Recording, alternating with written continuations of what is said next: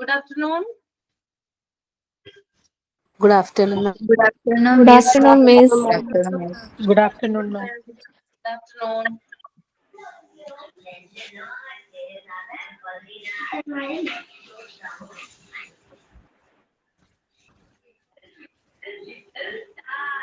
Okay.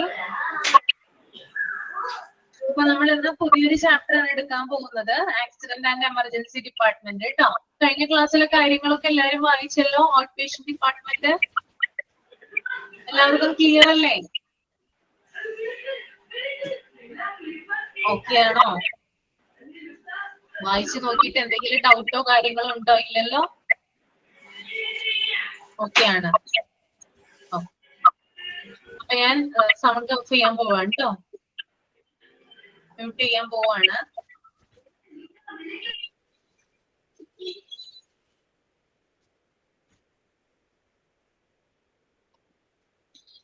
Okay, chapter 7 accident and emergency department.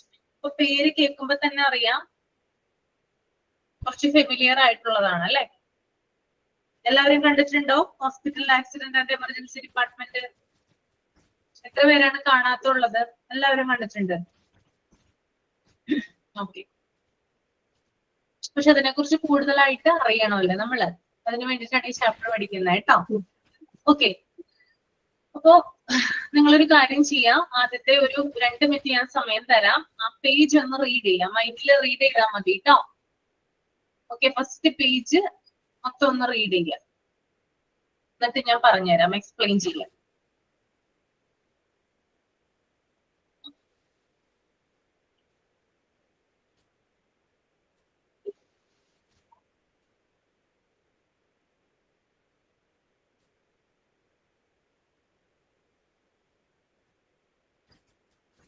Test കിട്ടി, നീതുവിന് test കിട്ടിയല്ലോ, നല്ല കാര്യം. സമാധാനമായല്ലോ അല്ലേ?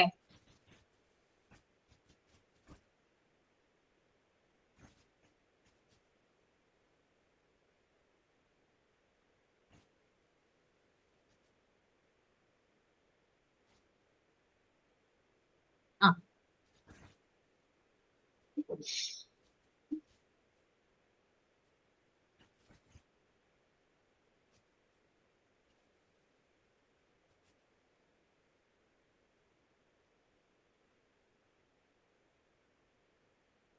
വായിച്ചു കഴിയുമ്പോ തമ്പ് ചെയ്യാം കേട്ടോ.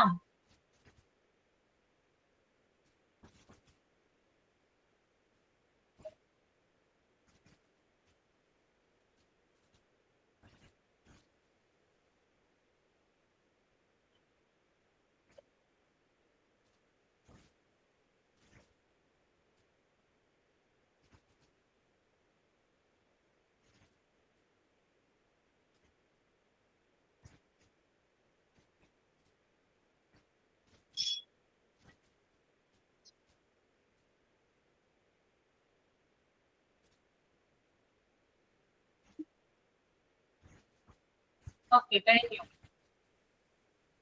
ഓക്കെ, നമുക്ക് നോക്കാം. ഇൻട്രൊഡക്ഷൻ ആണ് ഞാൻ വായിക്കാൻ പോകുന്നത്.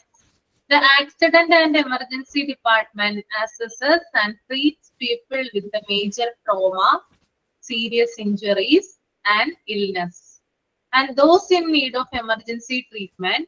It is open 24 hours a day.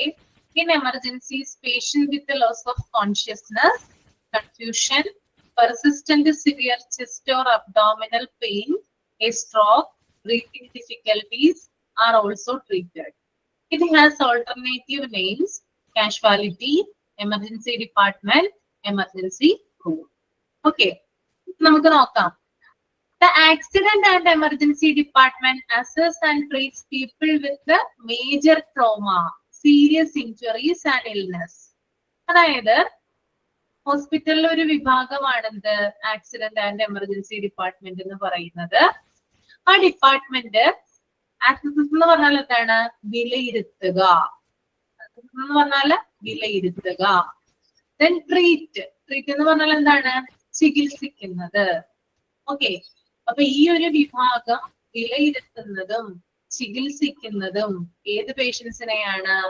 With a major trauma, ഗുരുതരമായിട്ടുള്ള ആഘാതം പറ്റിയവരെ. അല്ലെങ്കിൽ ഗുരുതരമായ ആഘാതമുള്ളവരെ. then serious injuries and illness, അതായത് മാരകമായിട്ടുള്ള പരിക്കുകൾ പറ്റിയവരെ അല്ലെങ്കിൽ രോഗങ്ങൾ ഉള്ളവരെ ഒക്കെ ട്രീറ്റ് ചെയ്യുന്ന ഒരു ഏരിയയാണ് എന്ത് ആക്സിഡന്റ് ആൻഡ് എമർജൻസി ഡിപ്പാർട്ട്മെന്റ് എന്ന് പറയുന്നത്. അപ്പൊ ഈ ഒരു വിഭാഗം വിലയിരുത്തുന്നതും അതുപോലെ തന്നെ ട്രീറ്റ് ചെയ്യുന്നതും മേജർ ട്രോമ പറ്റിയിട്ടുള്ള ആളുകളെ, അതുപോലെ തന്നെ സീരിയസ് ഇഞ്ചുറീസ് പറ്റിയിട്ടുള്ള ആളുകളെ, ദെൻ ഇൽനെസ് ഉള്ള ആളുകളെയാണ്. അപ്പോ ഇത്തരത്തില് പരിക്കുകൾ പറ്റിയിട്ടുള്ളവരെയും അതുപോലെ തന്നെ ആഘാതങ്ങൾ സംഭവിച്ചവരെയും എന്താണ് ട്രീറ്റ്മെന്റ് കൊടുക്കുന്ന ഒരു ഡിപ്പാർട്ട്മെന്റ് ആണ് ഇത് accident and emergency department. Okay, then it is open 24 hours a day. ഇത് പ്രവർത്തിക്കുന്നത് ഒരു ദിവസത്തിൽ 24 മണിക്കൂറുമാണ്. മറ്റു ഡിപ്പാർട്ട്മെന്റുകൾ പോലെയല്ല അല്ലെ, ഔട്ട് പേഷ്യന്റ് ഡിപ്പാർട്ട്മെന്റ് പോലെ ഒന്നുമല്ല. ഓക്കെ, അവിടെ എന്താണ് എപ്പോഴും ഈ ഒരു ഡിപ്പാർട്ട്മെന്റിലെ ആക്സിഡന്റ് ആൻഡ് എമർജൻസി ഡിപ്പാർട്ട്മെന്റില് എപ്പോഴും എന്താണ് ആളുകൾ ഉണ്ടാകും. 24 hours പ്രവർത്തിക്കുന്ന ആശുപത്രിയുടെ ഒരു വിഭാഗമാണ് എന്ത് ആക്സിഡന്റ് ആൻഡ് എമർജൻസി ഡിപ്പാർട്ട്മെന്റ്. ഇനി ഞാൻ പറഞ്ഞു, അതായത് മേജർ ട്രോമയും അതുപോലെ തന്നെ സീരിയസ് ഇഞ്ചുറീസും പറ്റിയിട്ടുള്ള ആളുകളെ ട്രീറ്റ് ചെയ്യുന്ന ഒരു ഏരിയയാണ് ഇതെന്ന് പറഞ്ഞു. ഇതുകൂടാതെ ചില കണ്ടീഷനിലുള്ള രോഗികളെയും കൂടി ഇവിടെ ട്രീറ്റ് ചെയ്യുന്നുണ്ട്. നമുക്ക് നോക്കാം ആരൊക്കെയാണ് ആ രോഗികൾ എന്ന് കേട്ടോ. നോക്കിയേ നിങ്ങള്, in emergencies patient with loss of consciousness, അതായത് ബോധക്ഷയം വന്നിട്ടുള്ളവര് അല്ലെങ്കിൽ ബോധം നഷ്ടപ്പെട്ടിട്ടുള്ള പേഷ്യൻസ്. ഇപ്പൊ ബോധം നഷ്ടപ്പെട്ടവർക്കൊക്കെ നമ്മള് ഹോസ്പിറ്റലിലോട്ട് കൊണ്ടുവരുമ്പോൾ, ആളുകളെ കൊണ്ടുവരുമ്പോൾ എങ്ങോട്ടാണ് കൊണ്ടുപോവുക? എമർജൻസി ഡിപ്പാർട്ട്മെന്റിലേക്കാണ് കൊണ്ടുപോവുക അല്ലെ. അതുപോലെ തന്നെ കൺഫ്യൂഷൻ, അതായത് ചില പേഷ്യൻസിന് ആശയക്കുഴപ്പം ഉണ്ടാവാം. ചില കണ്ടീഷൻ അല്ലെങ്കിൽ രോഗങ്ങളൊക്കെ വരുമ്പോൾ ഇനി എന്താ പറയാ, ബോധം നഷ്ടപ്പെടുന്ന സമയത്താണെങ്കിലും ചുറ്റുമുള്ളവരെ തിരിച്ചറിയാതെ ഇരിക്കാൻ പറ്റിയ അല്ലെങ്കിൽ ക്ലോസ് ആയിട്ടുള്ള ആളുകളെ, ഫാമിലി മെമ്പേഴ്സിനെ പോലും തിരിച്ചറിയാൻ പറ്റാത്ത അവസ്ഥയിൽ കൊണ്ടുവരുന്ന ആളുകളുണ്ട്. അപ്പൊ കൺഫ്യൂഷൻ ഉള്ള ആളുകളെ. അതുപോലെ തന്നെ persistent severe chest or abdominal pain, അതായത് നിരന്തരമായ നെഞ്ചുവേദനയോ വയറുവേദനയോ ഉള്ള ആളുകളെ. ഇടയ്ക്കിടയ്ക്ക് നെഞ്ചുവേദനയും അതുപോലെ തന്നെ വയറുവേദനയും വരുന്ന ആളുകളെയും കൊണ്ടുവരുന്ന ഒരു ഏരിയയാണ് ഇത് ഈ എമർജൻസി ഡിപ്പാർട്ട്മെന്റ് എന്ന് പറയുന്നത്. തീർന്നിട്ടില്ല, സ്ട്രോക്ക് സംഭവിച്ചിട്ടുള്ള ആളുകളെ. പെട്ടെന്ന് ഒരാൾ ജോലി ചെയ്തുകൊണ്ടിരിക്കുകയായിരിക്കും, പെട്ടെന്നായിരിക്കും കൈകാലം തളർന്നു പോവുകയും മുഖം കോടിപ്പോവുകയും ചെയ്യുന്നത് അല്ലെ, ഫേസ് ഇതാവും, ഒരു വശത്തേക്ക് ഇതാവും അല്ലെ. അപ്പൊ അതാണ് സ്ട്രോക്ക് എന്ന് പറയുന്നത്, പക്ഷാഘാതം എന്ന് പറയും. അങ്ങനെ സംഭവിച്ചിട്ടുള്ള ആളുകളെ. പിന്നെ അതുപോലെ തന്നെ ബ്രീത്തിങ് ഡിഫിക്കൽട്ടീസ്, അതായത് ശ്വസിക്കാനായിട്ട് ബുദ്ധിമുട്ട് അനുഭവപ്പെടുന്ന ആളുകളെ.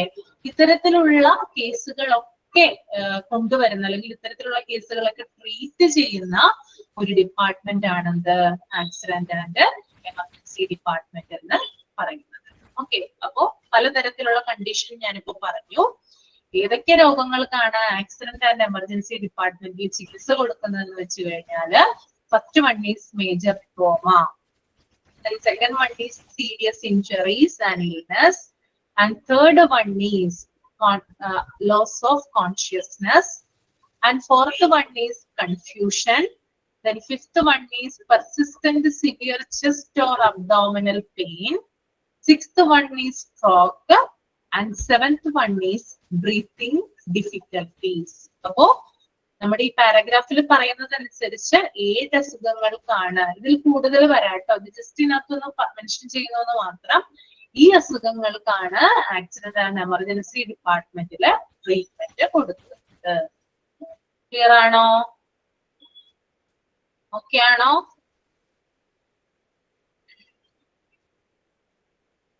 ഓക്കെ, ദെൻ ഇതിന് പല പേരുകളുമുണ്ട്. It has alternative names. നമ്മൾ പല പല ഹോസ്പിറ്റലുകളിൽ പോവാറുണ്ട് അല്ലെ. അപ്പൊ ഈ ആക്സിഡന്റ് ആൻഡ് എമർജൻസി ഡിപ്പാർട്ട്മെന്റ് എന്നുള്ള പേരായിരിക്കില്ല ചില ഹോസ്പിറ്റലുകളിൽ ഉണ്ടാവുക, പലതരത്തിലുള്ള പേരുകളായിരിക്കും ഉപയോഗിക്കുക. അപ്പൊ ഇതിന്റെ പേരുകൾ നമുക്കൊന്ന് നോക്കാം. ചില ഹോസ്പിറ്റലുകളിൽ ഇതിനെ കാഷ്വാലിറ്റി എന്നാണ് അറിയപ്പെടുക. ഫോർ എക്സാമ്പിൾ, ഗവൺമെന്റ് ഹോസ്പിറ്റലുകളിൽ ആക്സിഡന്റ് ആൻഡ് എമർജൻസി ഡിപ്പാർട്ട്മെന്റ് അറിയപ്പെടുന്നത് കാഷ്വാലിറ്റി എന്നാണ്. ഓക്കെ, ഒരു സെക്കൻഡ് കേട്ടോ.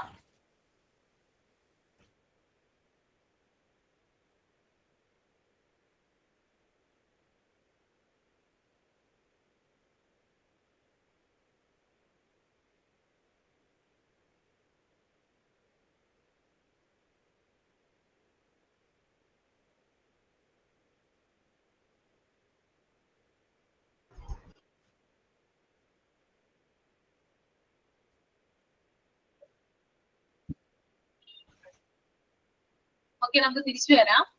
ഞാൻ പറഞ്ഞു ഗവൺമെന്റ് ഹോസ്പിറ്റലുകളിൽ ആക്സിഡന്റ് ആൻഡ് എമർജൻസി ഡിപ്പാർട്ട്മെന്റ് അറിയപ്പെടുന്നത് കാഷ്വാലിറ്റി എന്നാണ്. ഇനി മറ്റു പല സ്പെഷ്യാലിറ്റി ഹോസ്പിറ്റലുകളിലും ഇത് അറിയപ്പെടുന്ന പേര് എമർജൻസി ഡിപ്പാർട്ട്മെന്റ് അഥവാ ED എന്നാണ്. ചില ഹോസ്പിറ്റലുകളാണെങ്കിൽ എമർജൻസി റൂം അഥവാ ER എന്നറിയപ്പെടും. ഓക്കെ, അപ്പൊ അങ്ങനെ പല പല പേരുകൾ എന്തിനുണ്ട് ആക്സിഡന്റ് ആൻഡ് എമർജൻസി ഡിപ്പാർട്ട്മെന്റിന്. ഓക്കെ, അപ്പൊ എന്തൊക്കെയാണ് പേരുകള്? Casualty, emergency department and emergency room. Okay, നമുക്ക് അടുത്ത ഒരു ഏരിയയിലോട്ട് പോകാം. Location of emergency department. എവിടെയാണ് എമർജൻസി ഡിപ്പാർട്ട്മെന്റിന്റെ ലൊക്കേഷൻ വരുന്നത്? ഓക്കെ, ഫസ്റ്റ് പോയിന്റ് എന്ന് പറയുന്നത് located on the ground floor. Okay, അതായത് താഴത്തെ നിലയിലാണ് എമർജൻസി ഡിപ്പാർട്ട്മെന്റ് സ്ഥിതി ചെയ്യുന്നത്. ഏറ്റവും താഴത്തെ നിലയിലായിരിക്കും.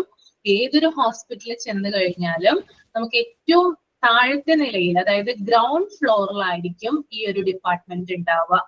ഒരിക്കലും ഈ ഡിപ്പാർട്ട്മെന്റ് എന്ത് ചെയ്യില്ല, ഏറ്റവും മുകളിലായിട്ട് കൊണ്ടുവെക്കില്ല, അല്ലെങ്കിൽ ടോപ്പ് ഫ്ലോറിൽ എന്ത് ചെയ്യില്ല, കൊണ്ടുവെക്കില്ല. കാരണം ഇവിടേക്ക് വരുന്ന ആളുകൾ എന്ന് പറയുന്നത് ജീവൻ, അതായത് എത്രയും പെട്ടെന്ന്, അതായത് ചിലപ്പോൾ മരിക്കാറായിട്ടുള്ള പേഷ്യൻസ് ആയിരിക്കാം, അല്ലെങ്കിൽ ജീവൻ രക്ഷിക്കണം എന്നുള്ള ഒരു ഇതുകൊണ്ടായിരിക്കാം പേഷ്യൻസ് ഇവിടെ വരുന്നത്, അല്ലെ?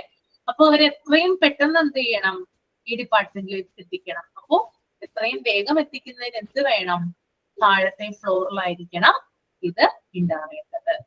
ഓക്കെ, അതാണ് located on the ground floor. താഴത്തെ നിലയിലായിരിക്കും ഏതൊരു ഹോസ്പിറ്റലിലെയും കാഷ്വാലിറ്റി അഥവാ എമർജൻസി ഡിപ്പാർട്ട്മെന്റ്. രണ്ടാമത്തെ പോയിന്റ് നോക്കാം. Separate entrance or emergency entrance away from main entrance. അതായത് പ്രധാന കവാടത്തിൽ നിന്ന് മാറി, ഹോസ്പിറ്റലിന് മെയിൻ ആയിട്ടുള്ള ഒരു എൻട്രൻസ് ഉണ്ടാവും, അല്ലെ? ഏത് ഹോസ്പിറ്റലിൽ ചെന്ന് കഴിഞ്ഞാലും നമുക്ക് എന്ത് കാണാൻ സാധിക്കും? മെയിൻ എൻട്രൻസ് കാണാനായിട്ട് സാധിക്കും. എന്നാൽ മെയിൻ എൻട്രൻസിൽ നിന്ന് മാറി സെപ്പറേറ്റ് ആയിട്ടുള്ള ഒരു എൻട്രൻസ്, അതായത് ഈ ഒരു ഡിപ്പാർട്ട്മെന്റിന് വേണ്ടിയിട്ട് മാത്രം സെപ്പറേറ്റ് എൻട്രൻസ് എവിടെ ഉണ്ടാകും? എല്ലാ ഹോസ്പിറ്റലുകളിലും ഉണ്ടാവും. എന്തിനു വേണ്ടിയിട്ടാണ് സെപ്പറേറ്റ് എൻട്രൻസ് കൊടുക്കുന്നത് ആക്സിഡന്റ് ആൻഡ് എമർജൻസി ഡിപ്പാർട്ട്മെന്റിന്? ഒന്ന് കമന്റ് ചെയ്തേ നിങ്ങള്. എന്തിനു വേണ്ടിയിട്ടായിരിക്കും സെപ്പറേറ്റ് എൻട്രൻസ് കൊടുക്കുക?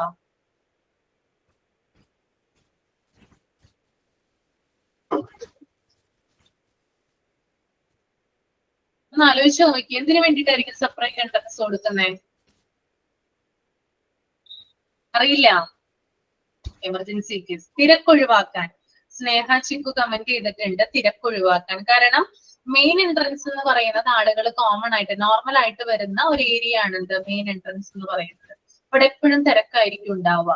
അപ്പോ ആളുകൾക്ക്, അതായത് ജീവൻ രക്ഷിക്കാനാണ് ആളുകളെ കൊണ്ടുവരുന്നത്, അല്ലെ? അപ്പൊ എത്രയും പെട്ടെന്ന് അവരെ ജീവൻ രക്ഷിക്കുന്നതിന് വേണ്ടിയിട്ട് ഈ തിരക്കുകളൊക്കെ ഒഴിവാക്കി, അല്ലെങ്കിൽ ആ തിരക്കുകളിൽ പെടാതെ അവർക്ക് സെപ്പറേറ്റ് ആയിട്ടുള്ള ഒരു എൻട്രൻസ് ഒരുക്കി കൊടുത്താൽ എത്രയും പെട്ടെന്ന് ആളുകളെ ആ ഡിപ്പാർട്ട്മെന്റിൽ എത്തിക്കാനായിട്ട് സാധിക്കും. അതുകൊണ്ടാണ് മെയിൻ എൻട്രൻസിൽ നിന്ന് മാറി സെപ്പറേറ്റ് ആയിട്ടൊരു എൻട്രൻസ് ഈ ഒരു ഡിപ്പാർട്ട്മെന്റിന് വേണം എന്ന് പറയുന്നത്. ഓക്കെ, മൂന്നാമത്തെ point, ambulance parking area should be available. അതായത് ഈ ഒരു ഡിപ്പാർട്ട്മെന്റിന്റെ പ്രത്യേകത എന്ന് പറയുന്നത് ധാരാളം ആംബുലൻസുകൾ വരുന്ന ഒരു ഡിപ്പാർട്ട്മെന്റ് ആണ്, അല്ലെങ്കിൽ ആ ഒരു ഏരിയ ആണ്, അല്ലെ?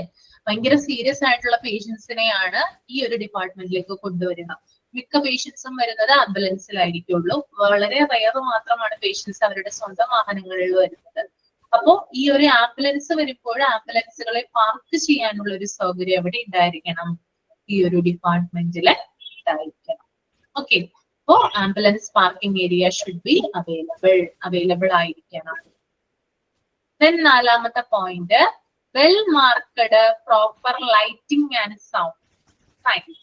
ഓക്കെ, അതായത് നന്നായി അടയാളപ്പെടുത്തിയ ലൈറ്റിംഗ് ആൻഡ് സൈൻസ് ഉണ്ടായിരിക്കണം. നമുക്കറിയാം, എന്താ പറയാ, ഈ ഒരു ആക്സിഡന്റ് ആൻഡ് എമർജൻസി ഡിപ്പാർട്ട്മെന്റ് എന്ന് പറയുമ്പോൾ അവിടെ നന്നായിട്ട് വലിയ അക്ഷരത്തിൽ ചുമന്ന കളറിൽ, അല്ലെ, റെഡ് കളറിൽ എന്ത് എഴുതിയിട്ടുണ്ടാവും? ആക്സിഡന്റ് ആൻഡ് എമർജൻസി ഡിപ്പാർട്ട്മെന്റ് എന്ന് എഴുതിയിട്ടുണ്ടാവും, അല്ലെ? ഞാൻ പറഞ്ഞു, ഗുരുതരമായിട്ടുള്ള ആളുകളെയാണ് കൊണ്ടുവരുന്നത്. എത്രയും പെട്ടെന്ന് അവരവിടെ എത്തിക്കാൻ വേണ്ടിയിട്ടാണ് ഇത്തരത്തിലുള്ള സൈൻസുകൾ, അതായത് ആളുകൾക്ക് മനസ്സിലാകുന്ന രീതിയിൽ സൈൻ ബോർഡുകളൊക്കെ മറ്റും സ്ഥാപിക്കുന്നത്. അപ്പോ വെൽ മാർക്കഡ് ആയിട്ടുള്ള പ്രോപ്പർ ലൈറ്റിംഗ് ആൻഡ് സയൻസ് എവിടെ ഉണ്ടായിരിക്കണം? ഈ ഒരു ഡിപ്പാർട്ട്മെന്റിൽ ഉണ്ടായിരിക്കണം. ഓക്കെ, അറിയാലോ എന്ത് കളറാണ് കാണുന്നേ? ആക്സിഡന്റ് ആൻഡ് എമർജൻസി ഡിപ്പാർട്ട്മെന്റിൽ ചെന്ന് കഴിഞ്ഞാൽ ഗ്രീൻ കളറാണോ റെഡ് കളറാണോ? ഏത് കളറിലാണ് ഉണ്ടാവുക? റെഡ് കളറാണ് അല്ലേ? ഓക്കെ. സൈനുകൾ ഉണ്ടാവില്ലേ? സൈൻ ബോർഡുകൾ ഉണ്ടാവില്ല, ആരോ ചിഹ്നങ്ങൾ ഉണ്ടാവില്ലേ? Okay. Next point, easy visible and accessible from the streets. അതായത് റെഡ് കളറാണ് ഉപയോഗിക്കുന്നതെന്ന് ഞാൻ പറഞ്ഞു. എന്തുകൊണ്ടാണ് റെഡ് കളർ ഉപയോഗിക്കുന്നത്? നമുക്കറിയാം, ഈ ട്രെയിൻ ഒക്കെ പെട്ടെന്ന് നിർത്താൻ വേണ്ടിയിട്ട് റെഡ് കളർ, റെഡ് ടാഗ് കാണിക്കാറുണ്ട് അല്ലെ? എന്തുകൊണ്ടായിരിക്കും? എന്തായിരിക്കും റെഡ് കളറിന്റെ പ്രത്യേകത? വേവ് ലെങ്ത് കൂടിയ കളറാണ് റെഡ് എന്ന് പറയുന്നത്. അതായത് എത്ര അകലെ ഇരുന്ന് നോക്കിയാലും എന്ത് കാണാം? ഈ കളറിന്റെ ഒരു പൊട്ട് പോലെ കാണാനായിട്ട് സാധിക്കും. അപ്പൊ അറിയാൻ പറ്റും അത് അപകടമാണ് അല്ലെങ്കിൽ എമർജൻസി ആണെന്ന് അറിയാനായിട്ട് സാധിക്കും. അതെ, ഹൈലൈറ്റ് ചെയ്ത് കാണാൻ സാധിക്കും അല്ലെ? അപ്പോ easily visible and accessible from the streets, അതായത് റോഡിൽ നിന്നൊക്കെ വരുമ്പോൾ, അതായത് സ്ട്രീറ്റിൽ നിന്നൊക്കെ വരുമ്പോൾ വാഹനങ്ങൾക്ക് പെട്ടെന്ന് കാണാനായിട്ട്, ദൂരത്തു നിന്നായാലും വാഹനങ്ങൾക്ക് കാണാനായിട്ട് സാധിക്കണം റെഡ് കളറിലുള്ള അല്ലെങ്കിൽ റെഡ് ബോർഡിലുള്ള ഈ ഒരു എമർജൻസി ഡിപ്പാർട്ട്മെന്റ്. അപ്പൊ അവർക്ക് കാണാൻ തക്ക വിധം എന്ത് ചെയ്തിരിക്കണം? എമർജൻസി ഡിപ്പാർട്ട്മെന്റ് സെറ്റ് ചെയ്തിരിക്കണം. ഓക്കെ, അതേ ഫിസ് ആൻഡ് ന്യൂ ചാപ്റ്റർ ആണ് കേട്ടോ, accident and emergency department. Okay. Then last point, close to medical records department, elevators, radiology laboratory. And bracket la എഴുതിയിട്ടുണ്ട് reduced operational cost and critical time. അതായത് ഈ ഒരു emergency department എന്ന് പറയുന്നത് medical records ഡിപ്പാർട്ട്മെന്റിന്റെ അടുത്തായിരിക്കണം ഉണ്ടായിരിക്കേണ്ടത്. അതായത് ആളുകള് എമർജൻസി ആയിട്ടാണ് വരുന്നത്, OP ടിക്കറ്റ് എടുക്കാനോ രജിസ്ട്രേഷൻ ചെയ്യാനോ ഒന്നും തന്നെ സമയം കിട്ടിയെന്ന് വരില്ല. കാരണം എത്രയും പെട്ടെന്ന് എന്ത് ചെയ്യണം? അതെ, മൊഡ്യൂൾ 1 ആണ് കേട്ടോ, മൊഡ്യൂൾ 1 ചാപ്റ്റർ 7. എത്രയും പെട്ടെന്ന് എന്ത് ചെയ്യണം? ആളുകൾക്ക് അല്ലെങ്കിൽ രോഗിക്ക് അടിയന്തര പരിചരണം അല്ലെങ്കിൽ എമർജൻസി കെയർ കൊടുക്കണം. അപ്പൊ നമ്മൾ OP ടിക്കറ്റ് എടുക്കാനോ അല്ലെങ്കിൽ രജിസ്ട്രേഷൻ ചെയ്യാനോ ഒന്നും നിൽക്കില്ല. എത്രയും പെട്ടെന്ന് ആ ഡിപ്പാർട്ട്മെന്റിൽ എത്തിക്കുക, അവരുടെ ജീവൻ രക്ഷിക്കാൻ മാത്രമായിരിക്കും ലക്ഷ്യം എന്ന് പറയുന്നത്. അപ്പൊ ഇയാളെ കൊണ്ടുവന്ന് ട്രീറ്റ്മെന്റ് ജസ്റ്റ് ഒന്ന് സ്റ്റാർട്ട് ചെയ്തതിന് ശേഷമായിരിക്കും എന്തെടുക്കുന്നേ? ഇദ്ദേഹത്തിന്റെ ഫയൽ എടുക്കുന്നത്. അപ്പൊ ഈ ഫയൽ ഇരിക്കുന്നത് എവിടെയാ? മെഡിക്കൽ റെക്കോർഡ് ഡിപ്പാർട്ട്മെന്റിലാ അല്ലെ? ഫയൽ ഇരിക്കുന്നത് മെഡിക്കൽ റെക്കോർഡ് ഡിപ്പാർട്ട്മെന്റിലല്ലേ? അപ്പോ ഈ ഒരു എമർജൻസി ഡിപ്പാർട്ട്മെന്റിന്റെ തൊട്ടടുത്തായിരിക്കണം എന്തിരിക്കേണ്ടത്? ഈ മെഡിക്കൽ റെക്കോർഡ് ഡിപ്പാർട്ട്മെന്റ് ഇരിക്കേണ്ടത്. എന്നാൽ മാത്രമാണ് ആ രോഗിയുടെ ഫയല് പെട്ടെന്ന് എടുക്കാനായിട്ട് സാധിക്കുക. Okay, that is close to medical record department. Okay, clear ആയെന്ന് വിചാരിക്കുന്നു. Then elevators. Elevators എന്ന് പറഞ്ഞാൽ നമുക്ക് അറിയാലോ, ലിഫ്റ്റ് മറ്റു സൗകര്യങ്ങൾ, എലവേറ്റേഴ്സ്. ഓക്കെ, അതായത് ഇപ്പോ ഒരാളെ പെട്ടെന്ന് നെഞ്ചുവേദനയായിട്ട് ഒരു വ്യക്തിയെ കൊണ്ടുവന്നു എന്ന് വിചാരിക്കുക. ഓക്കെ, ഈ ഒരു ഡിപ്പാർട്ട്മെന്റിൽ കൊണ്ടുവന്നെന്ന് വിചാരിക്കുക. പെട്ടെന്ന് തന്നെ അവിടുത്തെ ഡോക്ടർ പറയാണ് ഉടനെ തന്നെ കാർഡിയോളജി ഡിപ്പാർട്ട്മെന്റിൽ ഇദ്ദേഹത്തെ എത്തിക്കേണ്ടതാണെന്ന് പറയാണ് രോഗിയുടെ ബൈസ്റ്റാൻഡേഴ്സിനോട്. അപ്പൊ രോഗി എന്ത് ചെയ്തിരിക്കണം? പെട്ടെന്ന് തന്നെ, അതായത് ടോപ്പ് ഫ്ലോറിലാണ് കാർഡിയോളജി ഡിപ്പാർട്ട്മെന്റ് എങ്കിൽ എത്രയും പെട്ടെന്ന് അയാളെ അവിടെ എത്തിക്കാനായിട്ട് എലവേറ്റേഴ്സ് അല്ലെങ്കിൽ ലിഫ്റ്റുകളുടെ ആവശ്യം വരാം. അതുകൊണ്ട് തന്നെ ആക്സിഡന്റ് ആൻഡ് എമർജൻസി ഡിപ്പാർട്ട്മെന്റിന്റെ അടുത്തായിരിക്കണം എന്ത്? എലവേറ്റേഴ്സ് ഉണ്ടായിരിക്കേണ്ടത്. രോഗിക്ക് മറ്റ് ഡിപ്പാർട്ട്മെന്റിലേക്ക് പോകണമെങ്കിൽ എന്ത് ചെയ്തിരിക്കണം? ഈ സൗകര്യങ്ങൾ ഡിപ്പാർട്ട്മെന്റിന്റെ അടുത്ത് ഉണ്ടായിരിക്കണം. ഓക്കെ, അതുപോലെ തന്നെ റേഡിയോളജി. റേഡിയോളജി എന്ന് പറയുന്നത് നമുക്കറിയാം, നമ്മൾ MRI ചെയ്യുന്ന സ്ഥലം, സ്കാൻ ചെയ്യുന്ന സ്ഥലം എന്നൊക്കെ നമുക്ക് പറയാനായിട്ട് പറ്റും അല്ലെ? അതായത് ഇത്തരത്തിൽ വരുന്ന രോഗികൾക്ക് പെട്ടെന്നൊരു MRI എടുക്കണമെങ്കിലോ അല്ലെങ്കിൽ എക്സ്റേ എടുക്കണമെങ്കിലോ ഒക്കെ പുറത്തോട്ട് പോകാനൊന്നും പറ്റില്ല, അല്ലെങ്കിൽ വളരെ ദൂരം എന്താ പറയാ മൂവ് ചെയ്യാനായിട്ട് സാധിക്കില്ല. അതുകൊണ്ട് തന്നെ റേഡിയോളജി ഡിപ്പാർട്ട്മെന്റ്, ഓക്കെ, ഇപ്പൊ നെഞ്ചുവേദനയായിട്ട് ഒരാൾ വരുവാണെങ്കിൽ പെട്ടെന്ന് തന്നെ അയാളുടെ കാര്യങ്ങൾ ECG മറ്റും എടുക്കണമെങ്കിൽ ഈ റേഡിയോളജി ഡിപ്പാർട്ട്മെന്റ് എന്ന് പറയുന്നത് തൊട്ടടുത്ത് തന്നെ ആയിരിക്കണം സ്ഥിതി ചെയ്യേണ്ടത്.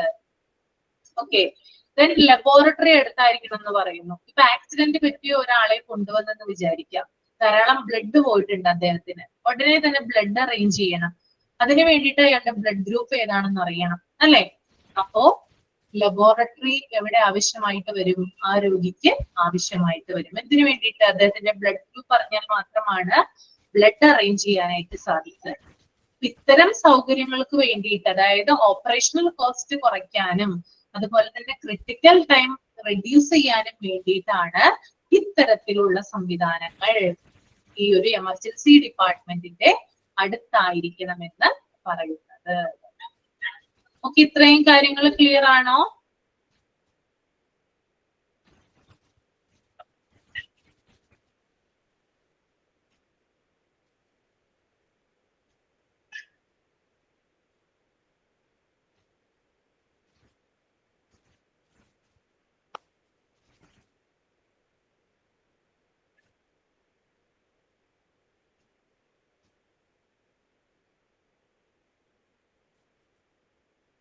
ചാപ്റ്ററിന്റെ ഫസ്റ്റ് പേജ് ആണോ ഫിസാൻ കാണിക്കണം എന്ന് പറയുന്നേ? ആ, ഓക്കെ ഓക്കെ, ഇതാ ഞാൻ കാണിച്ചിട്ടുണ്ട് കേട്ടോ. ഫുള്ളായിട്ട് കിട്ടില്ല.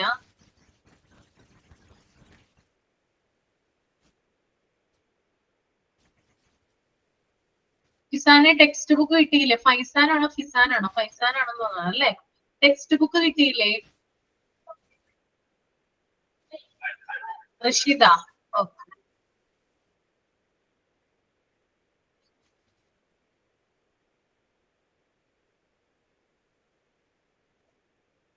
നമുക്ക് അടുത്തത് ഡിസൈൻ നോക്കാം. ഇതിന്റെ ഡിസൈൻ എങ്ങനെയാണ് വരുന്നത്? ആക്സിഡന്റ് ആൻഡ് എമർജൻസി ഡിപ്പാർട്ട്മെന്റിന്റെ ഡിസൈൻ എങ്ങനെയാണ് വരുന്നത് നോക്കാം കേട്ടോ. Okay, first one is entrance to the emergency department should be sheltered to protect ambulance patients from the weather while unloading. അതായത് ഈ ഒരു ഡിപ്പാർട്ട്മെന്റിലേക്ക് കൊണ്ടുവരുന്നത് എമർജൻസി പേഷ്യൻസിനെയാണ്. ഇവരെ കൊണ്ടുവരുന്നത് മിക്കവാറും ആംബുലൻസിലായിരിക്കും. ഇങ്ങനെ കൊണ്ടുവരുമ്പോൾ കാലാവസ്ഥ പ്രതികൂലമാണെങ്കിൽ, അതായത് വെതർ ക്ലൈമറ്റ് എന്താ പറയാ നല്ലൊരു അന്തരീക്ഷത്തിലല്ല എങ്കിൽ ഈ രോഗികളെ അൺലോഡ് ചെയ്യുമ്പോൾ ചിലപ്പോൾ മഴ പെയ്യുമായിരിക്കും, അല്ലെങ്കിൽ ഭയങ്കരമായിട്ട് വെയിലായിരിക്കാം, അല്ലെങ്കിൽ കാറ്റുണ്ടാവാം. അപ്പൊ ഇത്തരം കാലാവസ്ഥകളെ പ്രിവെന്റ് ചെയ്യുന്നതിന് വേണ്ടിയിട്ട് ഈ ഒരു എമർജൻസി ഡിപ്പാർട്ട്മെന്റ് എന്ന് പറയുന്നത് പ്രോപ്പർ ആയിട്ട് ഷെൽട്ടേർഡ് ആയിരിക്കണം. അതായത് അവർക്ക് ഈ രോഗിയെ കൊണ്ടുവരുമ്പോൾ ആംബുലൻസിൽ നിന്ന് സ്ട്രെച്ചറിലേക്കൊക്കെ അൺലോഡ് ചെയ്യുമ്പോൾ അവർക്ക് മഴയേൽക്കാനോ വെയിലേൽക്കാനോ അങ്ങനെയൊന്നും പാടുള്ളതല്ല. അതുകൊണ്ട് തന്നെ പ്രോപ്പർ ഷെൽട്ടറിംഗ് സംവിധാനം അവിടെ ഉണ്ടായിരിക്കണം, ഈ ഒരു ഡിപ്പാർട്ട്മെന്റിൽ ഉണ്ടായിരിക്കണം. ഓക്കെ, അടുത്ത point, adequate reserved parking space for ambulance or cars of patient. ഞാൻ നേരത്തെ പറഞ്ഞൊരു പോയിന്റിന്റെ കണ്ടിന്യൂഷൻ ആണ്. അതായത് ആംബുലൻസിലായിരിക്കാം ചില പേഷ്യൻസ് വരുന്നത്, ചില പേഷ്യൻസ് കാറിലായിരിക്കാം വരുന്നത്. ഈ രണ്ട് വാഹനങ്ങളും പാർക്ക് ചെയ്യണമെങ്കിൽ പാർക്കിംഗ് ഏരിയ അവൈലബിൾ ആയിരിക്കണം. അപ്പൊ ഒരു പാർക്കിംഗ് സ്പേസ് അവിടെ ഉണ്ടായിരിക്കണം, ഈ ഒരു ഡിപ്പാർട്ട്മെന്റിൽ ഉണ്ടായിരിക്കണം. ഓക്കെ, മൂന്നാമത്തെ point, adequate space for accommodating stretchers. നമുക്കറിയാം വരുന്ന പേഷ്യൻസ് എന്ന് പറയുന്നത് നടക്കാൻ പറ്റാത്ത പേഷ്യൻസ് ആയിരിക്കാം. ഓക്കെ, അതായത് അവരെ കിടത്തിക്കൊണ്ട് പോകേണ്ട ഒരു അവസ്ഥയാണ് കൂടുതലായിട്ട് ഉണ്ടാവുക. അപ്പൊ അവിടെ എന്ത് ആവശ്യമാണ്? സ്ട്രെച്ചറുകൾ ആവശ്യമാണ്. അപ്പൊ സ്ട്രെച്ചറുകൾ കൊണ്ടുപോകുന്നതിന് വേണ്ടിയിട്ടുള്ള ഒരു സൗകര്യം അല്ലെങ്കിൽ ഒരു ഫെസിലിറ്റി അവിടെ ഉണ്ടായിരിക്കണം, ഈ ഒരു ഡിപ്പാർട്ട്മെന്റില് തീർച്ചയായും ഉണ്ടായിരിക്കേണ്ടതാണ്. The next point, ramps for wheelchairs and pedestrian access in case of raised platform. അതായത് റാമ്പുകൾ ഉണ്ടായിരിക്കാം. നമുക്കറിയാം ചില നമ്മുടെ അറിയാവുന്നതാണ് ഈ സ്ട്രെച്ചേഴ്സും അതുപോലെ തന്നെ വീൽ ചെയർ ഒക്കെ കൊണ്ടുപോകുന്നതിന് കുറച്ചുകൂടി ചരിവുള്ള ഒരു പ്ലാറ്റ്ഫോം ആണ് വേണ്ടത് അല്ലെ? അതായത് ആളുകള് നോർമൽ പെഡസ്ട്രിയൻ എന്ന് പറഞ്ഞാല് കാൽനട യാത്രക്കാർക്കാണ് കേട്ടോ. കാൽനട യാത്രക്കാർക്കും അതുപോലെ തന്നെ വീൽ ചെയറിൽ പോകുന്ന ആളുകൾക്കും കുത്തനെ ചരിവുള്ള ഒരു പ്ലാറ്റ്ഫോം എന്തുണ്ടായിരിക്കണം? ആക്സിഡന്റ് ആൻഡ് എമർജൻസിയിൽ ഉണ്ടായിരിക്കണം എന്നാണ് പറയുന്നത്. അപ്പൊ റാമ്പ് എന്ന് പറഞ്ഞാൽ ചരിവുള്ള ആ ഒരു ഇതിനെയാണ് പറയുന്നത് കേട്ടോ. ഓക്കെ, അപ്പൊ ഡിസൈൻ മനസ്സിലായല്ലോ? നിങ്ങൾക്ക് അറിയാലോ റാംസ് എന്ന് പറഞ്ഞാൽ നിങ്ങൾക്ക് അറിയാലോ, കണ്ടിട്ടുണ്ടാവുമല്ലോ. വീൽ ചെയർ ഒക്കെ കൊണ്ടുപോകുന്നത് സാധാരണ നിരപ്പുള്ള ആ ഒരു പാത്തിലൂടെയല്ല, കുറച്ചും കൂടി റേസ്ഡ് ആയിട്ടുള്ള പ്ലാറ്റ്ഫോം ആയിരിക്കും ഉണ്ടാവുക. ഓക്കെ, ക്ലിയർ അല്ലേ?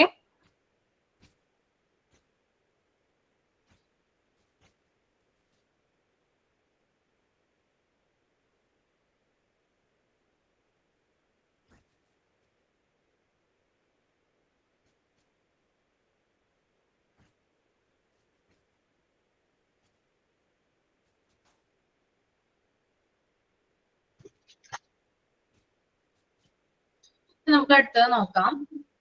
Major space determinants four planning. അതായത് ചില ഏരിയാസ് ആക്സിഡന്റ് ആൻഡ് എമർജൻസി ഡിപ്പാർട്ട്മെന്റിന്റെ കീഴിലായിട്ട് വരുന്നുണ്ട്. ആ ഏരിയാസ് ഏതൊക്കെയാണെന്നാണ് നോക്കാൻ പോകുന്നത്. ഫസ്റ്റ് വൺ, ഫങ്ഷണൽ ഏരിയാസിൽ വരുന്നത് എന്തൊക്കെയാണെന്ന് നോക്കാം. ഫങ്ഷണൽ ഏരിയാസിൽ ഫസ്റ്റ് വരുന്നത് ആംബുലൻസ് ആൻഡ് ആംബുലേറ്ററി എൻട്രൻസ് ആണ്. എന്താണ് ആംബുലൻസ് ആൻഡ് ആംബുലേറ്ററി എൻട്രൻസ്? അതായത് ആംബുലൻസ് എൻട്രൻസ് എന്ന് പറഞ്ഞു കഴിഞ്ഞാൽ എമർജൻസി സിറ്റുവേഷനിലുള്ള രോഗികളെ കൊണ്ടുപോകുന്നതിന് ആംബുലൻസുകൾക്കായി പ്രത്യേകമായ ഒരു എൻട്രൻസ് പോയിന്റ് ഉണ്ട്. ഇതിനെയാണ് ആംബുലൻസ് എൻട്രൻസ് എന്ന് പറയുന്നത് കേട്ടോ. ഞാൻ ഒന്നും കൂടി പറഞ്ഞുതരാം. What is ambulance entrance? Emergency പേഷ്യൻസിലെ അല്ലെങ്കിൽ എമർജൻസി രോഗികളെ, എമർജൻസി സിറ്റുവേഷനിലുള്ള രോഗികളെ കൊണ്ടുപോകുന്നതിനായി ആംബുലൻസുകൾക്കായി പ്രത്യേകമായി ഒരു എൻട്രൻസ് പോയിന്റ് ഉണ്ട്. ഇതിനെയാണ് ആംബുലൻസ് എൻട്രൻസ് എന്ന് പറയുന്നത്. ഓക്കെ. രണ്ടാമത്തേതാണ് ambulatory entrance. What is mean by ambulatory entrance? അതായത് എമർജൻസി സിറ്റുവേഷനിൽ അല്ലാത്ത രോഗികൾക്ക് ഉപയോഗിക്കുന്ന എൻട്രൻസ് പോയിന്റ് ആണത് ആംബുലേറ്ററി എൻട്രൻസ്. അപ്പൊ എമർജൻസി ഡിപ്പാർട്ട്മെന്റിൽ നമ്മൾ ചെന്ന് കഴിഞ്ഞാൽ രണ്ട് തരത്തിലുള്ള എൻട്രൻസ് കാണാനായിട്ട് സാധിക്കും. ഒന്നെന്ന് പറയുന്നത് എമർജൻസി ആയിട്ടുള്ള പേഷ്യൻസിനെ കൊണ്ടുപോകുന്ന എൻട്രൻസ് ആണ്. രണ്ടെന്ന് പറഞ്ഞാല് എമർജൻസി സിറ്റുവേഷൻ അല്ലാത്ത രോഗികളെ കൊണ്ടുപോകുന്ന എൻട്രൻസ് ആണ്. ഓക്കെ. ഈ രണ്ട് കാര്യങ്ങളും എവിടെ ഉണ്ടായിരിക്കണം? ആക്സിഡന്റ് ആൻഡ് എമർജൻസി ഡിപ്പാർട്ട്മെന്റിൽ ഉണ്ടായിരിക്കേണ്ടതാണ്. ഓക്കെ, ക്ലിയർ ആയെന്ന് വിചാരിക്കുന്നു. രണ്ടാമത്തെ പോയിന്റ് എന്ന് പറഞ്ഞാൽ ഒരു റിസപ്ഷൻ ഉണ്ടായിരിക്കും. നമ്മൾ ചെല്ലുമ്പോൾ ആക്സിഡന്റ് ആൻഡ് എമർജൻസി ഡിപ്പാർട്ട്മെന്റിൽ ഒരു റിസപ്ഷൻ ഉണ്ടായിരിക്കും. ദെൻ ട്രയേജ് ഉണ്ടായിരിക്കും. ട്രയേജ് എന്താണെന്ന് ഞാൻ വിശദമായിട്ട് താഴെ ഉണ്ട്, അത് പറഞ്ഞുതരാം കേട്ടോ. കൂടുതൽ കാര്യങ്ങൾ ട്രയേജിനെ കുറിച്ച് പറയാനുണ്ട്. അപ്പൊ ഞാൻ എന്താണെന്ന് പറഞ്ഞുതരാം. ഇപ്പൊ ജസ്റ്റ് ശ്രദ്ധിച്ചു മാത്രം ഇരിക്കാം. ഇപ്പൊ ട്രയേജ് ഉണ്ട്. ദെൻ വെയിറ്റിംഗ് ഏരിയാസ്, രോഗികളുടെ ബൈസ്റ്റാൻഡേഴ്സ് ഒക്കെ വെയിറ്റ് ചെയ്യുന്ന ഏരിയാസും എവിടെ ഉണ്ടാകും? ഈ ഒരു ഫങ്ഷണൽ ഏരിയാസിന്റെ ഭാഗമായിട്ട് ഉണ്ടാകും. ദെൻ മൂന്നാമത്തത് അഡ്മിനിസ്ട്രേറ്റീവ് ഏരിയാസ് ഉണ്ടാകും. അഡ്മിനിസ്ട്രേറ്റീവ് ഏരിയാസ് എന്ന് പറഞ്ഞാൽ അറിയാലോ, നമുക്ക് നോൺ ക്ലിനിക്കൽ ആയിട്ടുള്ള അല്ലെങ്കിൽ മറ്റു പല സ്റ്റാഫുകൾ, ഇപ്പൊ ക്ലിനിക്കൽ സ്റ്റാഫുകൾ അല്ലാതെ മറ്റ് അഡ്മിനിസ്ട്രേറ്റേഴ്സും മറ്റുമൊക്കെ വർക്ക് ചെയ്യുന്ന ഒരു ഏരിയ ആണ് അഡ്മിനിസ്ട്രേറ്റീവ് ഏരിയ എന്ന് പറയുന്നത്. അതായത് ഭരണപരമായിട്ടുള്ള കാര്യങ്ങളൊക്കെ ഹോസ്പിറ്റലിന്റെ ആക്സിഡന്റ് ആൻഡ് എമർജൻസി ഡിപ്പാർട്ട്മെന്റുമായി ബന്ധപ്പെട്ട് ഭരണപരമായിട്ടുള്ള കാര്യങ്ങളൊക്കെ നടത്തുന്ന ഒരു ഏരിയ ആണ് അഡ്മിനിസ്ട്രേറ്റീവ് ഏരിയ എന്ന് പറയുന്നത്. ഓക്കെ, അവിടെയാണ് കൂടുതൽ പ്രൊസീജിയേഴ്സും കാര്യങ്ങളൊക്കെ നടത്തുക. അപ്പൊ ഒരാള് ആക്സിഡന്റ് ആയിട്ട് കൊണ്ടുവന്നു, ഡെത്ത് സംഭവിച്ചു എന്ന് വിചാരിക്കാം. ഫർദർ പ്രൊസീജിയേഴ്സ് ഒക്കെ നടക്കുന്നതായിട്ട് ഫയലും കാര്യങ്ങളൊക്കെ നീക്കുന്നത് അഡ്മിനിസ്ട്രേറ്റീവ് ഏരിയയിലായിരിക്കും. അതിലൊക്കെ സർട്ടിഫിക്കറ്റും മറ്റൊക്കെ പ്രൊവൈഡ് ചെയ്യുന്നത്. ഓക്കെ. ദെൻ നാലാമത്തേതാണ് very important resuscitation area. Okay, അതായത് എമർജൻസി ഡിപ്പാർട്ട്മെന്റിലെ ഒരു പ്രധാനപ്പെട്ട ഏരിയ ആണെന്ത് റിസസിറ്റേഷൻ ഏരിയ എന്ന് പറയുന്നത്. പരിക്കേറ്റ രോഗികൾക്ക് ഉടനടി ജീവൻ രക്ഷാ പരിചരണം ലഭിക്കുന്നത് ഇവിടെ വെച്ചിട്ടാണ്. അല്ലെങ്കിൽ സീരിയസ് ആയിട്ടുള്ള രോഗികളായിക്കോട്ടെ, അല്ലെങ്കിൽ പരിക്കേറ്റ വ്യക്തികളായിക്കോട്ടെ, അവർക്ക് ഉടനടി അവർക്ക് ജീവൻ രക്ഷാ പരിചരണം കൊടുക്കുന്നത് റിസസിറ്റേഷൻ ഏരിയയിൽ വെച്ചിട്ടാണ്. ഇവിടെ ചില സാമഗ്രികളൊക്കെ ഉണ്ടാകും. ഡെഫിബ്രിലേറ്റർ ഉണ്ടാകും, അതുപോലെ തന്നെ വെന്റിലേറ്റർ ഉണ്ടാകും, അതുപോലെ ട്രോമ സർജൻ ഉണ്ടാകും, ദെൻ ക്രിട്ടിക്കൽ കെയർ നേഴ്സ് ഉണ്ടാകും. അങ്ങനെയുള്ള കാര്യങ്ങളൊക്കെ നമുക്ക് ഇവിടെ കാണാനായിട്ട് സാധിക്കും. ഞാനൊരു എക്സാമ്പിൾ പറഞ്ഞുതരാം എളുപ്പത്തിൽ നിങ്ങൾക്ക് മനസ്സിലാവുന്നതിന് വേണ്ടിയിട്ട്. ഇപ്പൊ ഒരാള് കാർഡിയാക് അറസ്റ്റുമായിട്ട് വന്നെന്ന് വിചാരിക്കുക. കാർഡിയാക് അറസ്റ്റുമായിട്ട് വന്നിട്ടുള്ള ഒരു വ്യക്തിക്ക് അയാളെ നെഞ്ചുവേദനയായിട്ട് കൊണ്ടുവരികയാണ്. കാർഡിയാക് അറസ്റ്റ് സംഭവിച്ചത്, ഭയങ്കരമായിട്ട് പെയിൻ ഉണ്ട്, ബോധമില്ല, അങ്ങനെ കൊണ്ടുവരുന്ന ഒരു വ്യക്തിക്ക് അയാളെ പെട്ടെന്ന് പ്രവേശിപ്പിക്കുന്ന ഒരു ഏരിയ ആണ്. അതായത് ആക്സിഡന്റ് എമർജൻസി ഡിപ്പാർട്ട്മെന്റിൽ വന്നു കഴിഞ്ഞാൽ അയാളെ പെട്ടെന്ന് കൊണ്ടുപോകുന്ന ഒരു ഏരിയ ആണിത് റിസസിറ്റേഷൻ ഏരിയ. അവിടെ വെച്ചിട്ട് ഡെഫിബ്രിലേറ്റർ ഉപയോഗിക്കുന്ന അയാൾക്ക് മാത്രമല്ല, അയാളെ കാർഡിയോളജി ഡിപ്പാർട്ട്മെന്റിൽ കൊണ്ടുപോകണമെങ്കിൽ അതിനുള്ള സൗകര്യം ചെയ്തു കൊടുക്കുന്നു. അങ്ങനെയുള്ള എല്ലാത്തരം കാര്യങ്ങളും തീരുമാനിക്കുന്നത് ഒരു കൂട്ടം ഡോക്ടേഴ്സ് ഉണ്ടാവും. അവിടെ ഒരു കൂട്ടം എക്വിപ്മെന്റുകൾ ഉണ്ടാകും. ഇതിന്റെ സഹായത്തോടു കൂടി അദ്ദേഹത്തിന് എന്ത് ട്രീറ്റ്മെന്റ് ആണ് വേണ്ടതെന്ന് നിർണയിക്കുന്ന ഒരു ഏരിയ ആണിത് ഈ റിസസിറ്റേഷൻ ഏരിയ എന്ന് പറയുന്നത്. ഇപ്പോ അതുപോലെ തന്നെ ആക്സിഡന്റ് ആയിട്ട് ഒരു വ്യക്തി വരികയാണെന്ന് വിചാരിക്കും, ഒരു രോഗിയെ ആക്സിഡന്റ് ആയിട്ട് കൊണ്ടുവരുവാണ്, ഹെവി ബ്ലീഡിംഗ് ഉണ്ടെന്ന് വിചാരിക്കാം. ആ രോഗിയെ എങ്ങോട്ടായിരിക്കാം പെട്ടെന്ന് കൊണ്ടുപോവേണ്ടത്? റിസസിറ്റേഷൻ ഏരിയയിൽ വെച്ചിട്ട് അവിടെ വെച്ചിട്ടാണ് തീരുമാനിക്കുന്നത് ഇത് എങ്ങോട്ടാണ് കൊണ്ടുപോകേണ്ടത്. നിങ്ങളൊന്ന് പറഞ്ഞേ, ആ രോഗിയെ എങ്ങോട്ടായിരിക്കും കൊണ്ടുപോകേണ്ടത്? ആക്സിഡന്റ് പറ്റിയിട്ടുള്ള ഒരാളെയാണ്, എങ്ങോട്ടായിരിക്കും കൊണ്ടുപോകേണ്ടത്? ബുദ്ധിയുണ്ടോ നോക്കട്ടെ, എങ്ങോട്ടായിരിക്കും കൊണ്ടുപോകേണ്ടത്?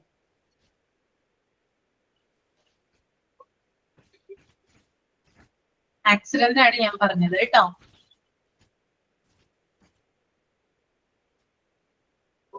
എമർജൻസി ഡിപ്പാർട്ട്മെന്റിലാണ് ആളെ കൊണ്ടുവന്നിരിക്കുന്നത്. ഓപ്പറേഷൻ തിയേറ്ററിലാണ് കൊണ്ടുപോവേണ്ടത് കേട്ടോ. ഓപ്പറേഷൻ തിയേറ്ററിലാണ് കൊണ്ടുപോവേണ്ടത്. അപ്പൊ ഇങ്ങനെയുള്ള കാര്യങ്ങൾ തീരുമാനിക്കുന്നത് എവിടെ വെച്ചിട്ടാണ്? ഈ ഒരു റിസസിറ്റേഷൻ ഏരിയയിൽ വെച്ചിട്ടാണ് ഒരു രോഗിയെ എങ്ങോട്ടാണ് കൊണ്ടുപോകേണ്ടത്, അല്ലെങ്കിൽ എന്ത് ട്രീറ്റ്മെന്റ് ആണ് അദ്ദേഹത്തിന് കൊടുക്കേണ്ടത്, എന്ത് എക്യുപ്മെന്റിന്റെ സഹായങ്ങൾ വേണം, എത്ര സർജന്മാര് വേണം, അല്ലെങ്കിൽ എത്ര ഡോക്ടേഴ്സിന്റെ ആവശ്യമുണ്ട്, ഇങ്ങനെയുള്ള കാര്യങ്ങളൊക്കെ തീരുമാനിക്കുന്ന ഏരിയയാണത് റിസസിറ്റേഷൻ ഏരിയ. ഇവിടെ എക്യുപ്മെന്റുകൾ ഉണ്ടാകും, അതുപോലെ തന്നെ ഡോക്ടേഴ്സ് അവൈലബിൾ ആയിരിക്കും, അതുപോലെ തന്നെ നഴ്സ് ഉണ്ടാകും, സ്പെഷ്യലൈസ്ഡ് ആയിട്ടുള്ള നഴ്സുമാരുണ്ടാകും. ഇവരൊക്കെ ഏത് ഏരിയയിൽ ഉണ്ടാകും? റിസസിറ്റേഷൻ ഏരിയയിൽ. റിസസിറ്റേഷൻ ഏരിയ ക്ലിയർ ആണോ?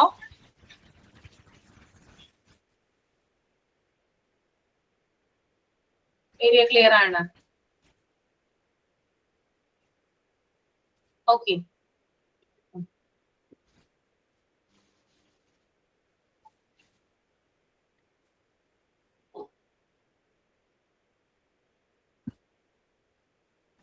ഇനി അടുത്തത് അക്യൂട്ട് ട്രീറ്റ്മെന്റ് ഏരിയ ആണ് കേട്ടോ. അക്യൂട്ട് ട്രീറ്റ്മെന്റ് ഏരിയ എന്ന് പറഞ്ഞാൽ ഇതിന്റെ ബ്രാക്കറ്റിൽ തന്നെ കൊടുത്തിട്ടുണ്ട് നോൺ ആംബുലന്റ് പേഷ്യൻസ്. അതായത് എന്താ പറയുക, റിസസിറ്റേഷൻ ഏരിയയെ സംബന്ധിച്ച് ഉടനടി എന്നാൽ കുറഞ്ഞ ക്രിട്ടിക്കൽ കെയർ ആവശ്യമുള്ളവർക്കായി മാറ്റിവെച്ചിരിക്കുന്ന ഏരിയയാണ് അക്യൂട്ട് ട്രീറ്റ്മെന്റ് ഏരിയ. റിസസിറ്റേഷൻ ഏരിയയിൽ നമ്മൾ ഭയങ്കരമായിട്ട് ജീവൻ രക്ഷാ പരിചരണം ആവശ്യമുള്ള രോഗികളെയാണ് കൊണ്ടു ചെല്ലുന്നതെങ്കിൽ, അക്യൂട്ട് ട്രീറ്റ്മെന്റ് ഏരിയയിൽ നമ്മൾ കൊണ്ടു ചെല്ലുന്നത് നോൺ ത്രെട്ടിങ്, അതായത് ഇപ്പോ ബ്രീത്തിങ് ഡിഫിക്കൽറ്റി ഉള്ള ആള്, അല്ലെങ്കിൽ എന്തെങ്കിലും ഇപ്പൊ നമ്മള് ഇടയ്ക്ക് റോഡിൽ വെച്ച് വീണു, ചതവ് പറ്റി, അല്ലെങ്കിൽ എന്തെങ്കിലും ഫ്രാക്ചർ പറ്റി, അങ്ങനെയുള്ള വ്യക്തികളെയൊക്കെ കൊണ്ടു ചെല്ലുന്നത്, അതായത് അധികം സീരിയസ് അല്ലാത്ത പേഷ്യൻസിനെ കൊണ്ടു ചെല്ലുന്ന ഏരിയ ആണിത് അക്യൂട്ട് ട്രീറ്റ്മെന്റ് ഏരിയ എന്ന് പറയുന്നത്. അയാളുടെ അതായത് അയാൾ ഉടനടി മരിക്കാനൊന്നും പോകുന്നില്ല, അല്ലെങ്കിൽ എന്താ പറയാ, വളരെ കുറച്ച് മാത്രം ഇഞ്ചുറീസോ അല്ലെങ്കിൽ പരിക്കുകളോ പറ്റിയിട്ടുള്ള വ്യക്തികളെ നമ്മൾ കൊണ്ടു ചെല്ലുന്ന ഒരു ഏരിയ ആണത് അക്യൂട്ട് ട്രീറ്റ്മെന്റ് ഏരിയ. അതിന്റെ ബ്രാക്കറ്റിലാണ് അത് കൊടുത്തിരിക്കുന്നത്. നോൺ ആംബുലൻസ് പേഷ്യന്റ്, ആംബുലൻസിൽ അല്ലാതെ ചെല്ലുന്ന പേഷ്യൻസിനെ ട്രീറ്റ് ചെയ്യുന്ന സ്ഥലമാണത് ഈ ഒരു അക്യൂട്ട് ട്രീറ്റ്മെന്റ് ഏരിയ എന്ന് പറയുന്നത്. ഓക്കെ. നെക്സ്റ്റ് വൺ ആണ് കൺസൾട്ടേഷൻ ഏരിയ. കൺസൾട്ടേഷൻ ഏരിയ എന്ന് പറയുമ്പോൾ എന്താണ്? അതായത് ഡോക്ടേഴ്സ് ഉള്ള ഏരിയ ആണ്. അതായത് അവിടെയുള്ള എമർജൻസി ഡിപ്പാർട്ട്മെന്റിൽ ധാരാളം ഡോക്ടേഴ്സ് ഉണ്ടാകും, അവരിയ്ക്കുന്ന ഒരു ഏരിയ ആണിത് ഈ ഒരു കൺസൾട്ടേഷൻ ഏരിയ എന്ന് പറയുന്നത്. Last one is staff work station. അതായത് സ്റ്റാഫുകൾ വർക്ക് ചെയ്യുന്ന സ്റ്റേഷൻസ് ഏതൊക്കെയാണ്? അതായത് നമുക്കറിയാം എമർജൻസി ഡിപ്പാർട്ട്മെന്റിൽ ധാരാളം സ്റ്റാഫുകൾ ഉണ്ട്, അവർക്കൊക്കെ വർക്കിംഗ് സ്റ്റേഷൻ ഉണ്ട്. ഓക്കെ, അപ്പൊ ആ ഒരു വർക്കിംഗ് സ്റ്റേഷൻ എവിടെ ഉണ്ട്? ഈ ഒരു എമർജൻസി ഡിപ്പാർട്ട്മെന്റിൽ നമുക്ക് കാണാനായിട്ട് സാധിക്കും. ഓക്കെ, ഇത്രയും കാര്യങ്ങൾ ക്ലിയർ ആണോ?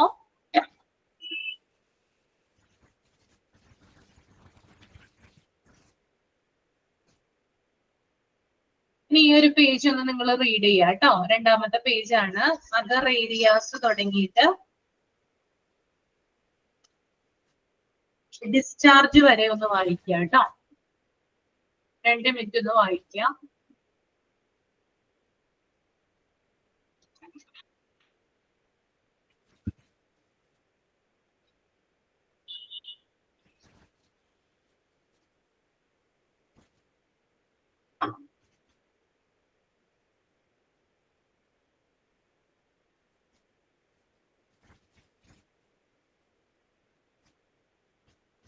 വായിച്ചു കഴിയുമ്പോ ഒന്ന് തമ്പ് ചെയ്യാം കേട്ടോ.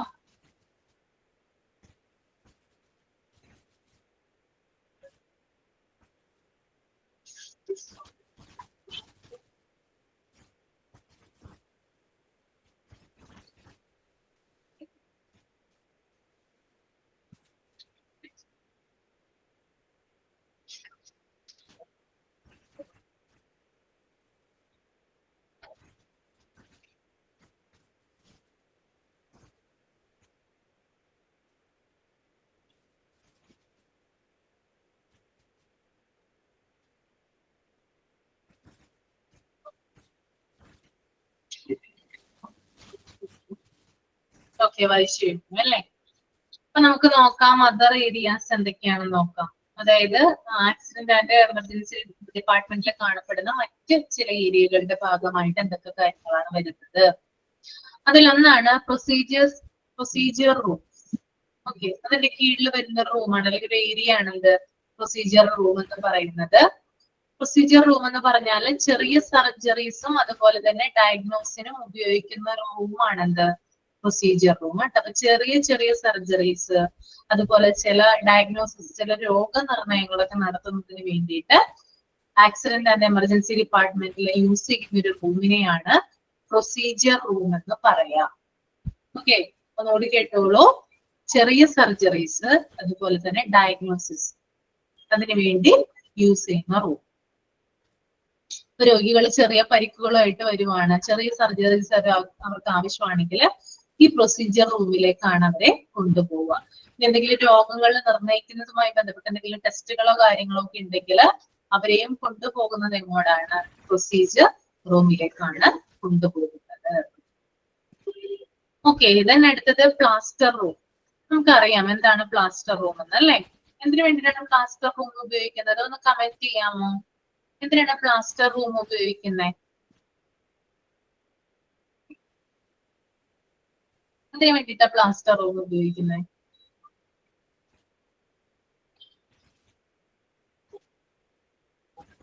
പേരില് തന്നെ ഉണ്ട്. ഫ്രാക്ചർ അല്ലേ. എന്തെങ്കിലും ഫ്രാക്ചേഴ്സ് ഒക്കെ ഉണ്ടെങ്കിൽ അതിനെ മാനേജ് ചെയ്യുന്നതിന് വേണ്ടിയിട്ടാണ് പ്ലാസ്റ്റർ റൂം ഉപയോഗിക്കുന്നത്. അതായത് കൈക്കോ കാലിനോ എന്തെങ്കിലും ഫ്രാക്ചർ ഒക്കെ സംഭവിച്ചാൽ ബാൻഡേജ് ചെയ്യുന്നതിനും അതിനെ മാനേജ് ചെയ്യുന്നതിന് വേണ്ടിയിട്ട് എന്ത് ചെയ്യുന്നു?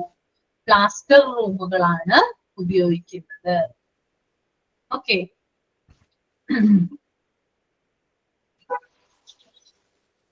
അടുത്തത് ഫാർമസി ആൻഡ് ഡ്രഗ് പ്രിപ്പറേഷൻ ആണ്. ഫാർമസി ആൻഡ് ഡ്രഗ് പ്രിപ്പറേഷൻ അതായത് എമർജൻസി ഡിപ്പാർട്ട്മെന്റിലേക്ക് ആവശ്യമായിട്ടുള്ള മരുന്നുകൾ തയ്യാറാക്കാൻ എന്താണ് ഉപയോഗിക്കുന്നത്? ഫാർമസി. അതായത് എമർജൻസി നമുക്കറിയാം മെയിൻ ഫാർമസിയിൽ നിന്നും മാറി ആക്സിഡന്റ് ആൻഡ് എമർജൻസി ഡിപ്പാർട്ട്മെന്റിന് മാത്രമായിട്ട് എന്തുണ്ടാകും? Pharmacies available ആയിരിക്കുള്ളൂ. അവിടെ എന്താണ് ചെയ്യുന്നത്? അതായത് ആ ഒരു വിഭാഗത്തിലേക്ക് ആവശ്യമായിട്ടുള്ള അടിയന്തര മരുന്നുകൾ, അഡ്രിനാലിൻ പോലുള്ള മരുന്നുകളൊക്കെ കൂടുതലായിട്ട് സ്റ്റോക്ക് ചെയ്യുന്നത് എവിടെയാണ്? ഈ ഒരു എമർജൻസി ഡിപ്പാർട്ട്മെന്റിലെ ഫാർമസിയിലാണ്. Okay, then isolation rooms. എന്താണ് ഐസൊലേഷൻ റൂംസ് എന്ന് നോക്കാം നമുക്ക്. അതായത് ഇൻഫെക്ഷ്യസ് ഡിസീസ് പകരാതിരിക്കാൻ പ്രത്യേകം രൂപകൽപ്പന ചെയ്തിരിക്കുന്ന റൂമാണിത് ഐസൊലേഷൻ റൂം എന്ന് പറയുന്നത്. ഇൻഫെക്ഷ്യസ് ആയിട്ടുള്ള ഡിസീസസ് നമുക്കറിയാം. ഇപ്പോ എന്തെങ്കിലും ഒരു രോഗം വന്നു, ഫോർ എക്സാമ്പിൾ നിപ്പ വന്നെന്ന് വിചാരിക്കാം. നമുക്കറിയാലോ ഒരു സമയത്ത് നമ്മളെ ഏറ്റവും കൂടുതൽ നമുക്ക് വെല്ലുവിളി ആയിരുന്ന ഒരു രോഗമാണ് നിപ്പ എന്ന് പറയുന്നത്. അത് ഭയങ്കരമായിട്ട് ഗുരുതരാവസ്ഥയിലാകുമ്പോൾ ആളുകൾ എന്ത് ചെയ്യാറുണ്ട്? എമർജൻസിയിൽ ഐസൊലേഷനിൽ വെക്കാറുണ്ട് അല്ലെ. അപ്പോ ഇത്തരത്തിൽ അതായത് ഗുരുതരമായിട്ടുള്ള രോഗങ്ങള്, അതും സാംക്രമിക രോഗം പടരുന്ന തരത്തിലുള്ള രോഗങ്ങള് ഉള്ള പേഷ്യൻസിനെ സെപ്പറേറ്റ് ആയിട്ട് എമർജൻസി റൂമില് ഐസൊലേഷൻ റൂമിൽ വെക്കാറുണ്ട്. അത് മറ്റുള്ളവർക്ക് രോഗം വരാതിരിക്കാൻ വേണ്ടിയിട്ടാണ്. അത് സെപ്പറേറ്റ് ആണ് അല്ലെ, പ്രത്യേകമായിട്ട് ആ രോഗിക്ക് വേണ്ടിയിട്ട് മാത്രം രൂപകൽപ്പന ചെയ്തിട്ടുള്ള റൂമാണത് ഐസൊലേഷൻ റൂം. എക്സാമ്പിൾ നിപ്പ പടർന്നിട്ടുള്ള ഒരു രോഗി അല്ലെങ്കിൽ കൊറോണ ഡയഗ്നോസ് ചെയ്തിട്ടുള്ള ഒരു രോഗി, ഇവരെയൊക്കെ എങ്ങോട്ടാണ് വയ്ക്കുക? അതായത് ആ ഒരു ഡിപ്പാർട്ട്മെന്റിലെ ഐസൊലേഷൻ റൂമിലാണ് ട്രീറ്റ് ചെയ്യുക.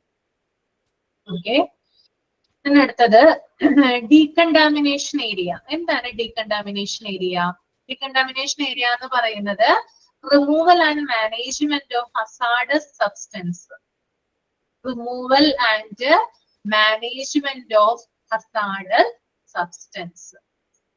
ഒരു എക്സാമ്പിൾ പറയാം. ഇപ്പൊ ഫോർ എക്സാമ്പിൾ ഒരു ഫാക്ടറിയില് കെമിക്കൽ എക്സ്പ്ലോഷൻ നേരിട്ട ഒരു വ്യക്തി എങ്ങോട്ടാണ് കൊണ്ടുപോവുക? ഹോസ്പിറ്റലിലെ ആക്സിഡന്റ് ആൻഡ് എമർജൻസി ഡിപ്പാർട്ട്മെന്റിലാണ് കൊണ്ടുപോവുക അല്ലെ. കെമിക്കൽ എക്സ്പ്ലോഷൻ നേരിട്ട ഒരു വ്യക്തിയാണെന്ന് വിചാരിക്കാം. അയാളെ കൊണ്ടു ചെല്ലുമ്പോൾ അദ്ദേഹത്തിന് ട്രീറ്റ്മെന്റ് ആരംഭിക്കുന്നതിന് മുമ്പായിട്ട് അദ്ദേഹത്തിന്റെ കെമിക്കൽസ് എന്ത് ചെയ്യണം? ബോഡിയിൽ നിന്ന് റിമൂവ് ചെയ്യേണ്ടതുണ്ട് അല്ലെ. കെമിക്കൽസ് റിമൂവ് ചെയ്താൽ മാത്രമാണ് എന്ത് ചെയ്യുക, അതായത് ട്രീറ്റ്മെന്റ് ചെയ്യാനായിട്ട് സാധിക്കുക. ഓക്കെ, അപ്പൊ ഇത്തരത്തിലുള്ള ഹസാഡസ് ആയിട്ടുള്ള സബ്സ്റ്റൻസിനെ റിമൂവ് ചെയ്യുന്ന എമർജൻസി ഡിപ്പാർട്ട്മെന്റിലെ ഒരു സെപ്പറേറ്റ് ഏരിയയാണ് എന്ത്, ഡീകണ്ടാമിനേഷൻ ഏരിയ. ഓക്കെ, ക്ലിയർ ആണോ? ഓക്കെ ആയോ പറഞ്ഞത്? ഓക്കെ ആണ്. അപ്പൊ ഒന്ന് നോട്ട് ചെയ്തോളൂ കേട്ടോ ഞാൻ പറഞ്ഞ കാര്യം. Removal and management of hazardous substance. Removal and management of hazardous substance. Okay, for example chemical explosion എന്ന് എഴുതാം കേട്ടോ. ഫയർ ഒക്കെ ആയിട്ട് വരുന്ന നമുക്ക് പറയാൻ പറ്റില്ല. അതായത് ഹസാഡസ് ആയിട്ടുള്ള സബ്സ്റ്റൻസ് നമ്മുടെ ദേഹത്ത് ഉണ്ടെങ്കിൽ അത് റിമൂവ് ചെയ്യുന്ന ഏരിയ ആണ്. ഇത്തരത്തിലുള്ള കെമിക്കൽ എക്സ്പ്ലോഷനോ അല്ലെങ്കിൽ എന്തെങ്കിലും ഇങ്ങനെയുള്ള കെമിക്കലുകളൊക്കെ ദേഹത്തൊക്കെ ഇതാവുമല്ലോ, അങ്ങനെയുള്ള സംഭവങ്ങളിലുള്ളവർക്ക് അവരെ കൊണ്ടുവരുന്ന ഒരു ഏരിയ ആണ് എന്താ, ഡീകണ്ടാമിനേഷൻ.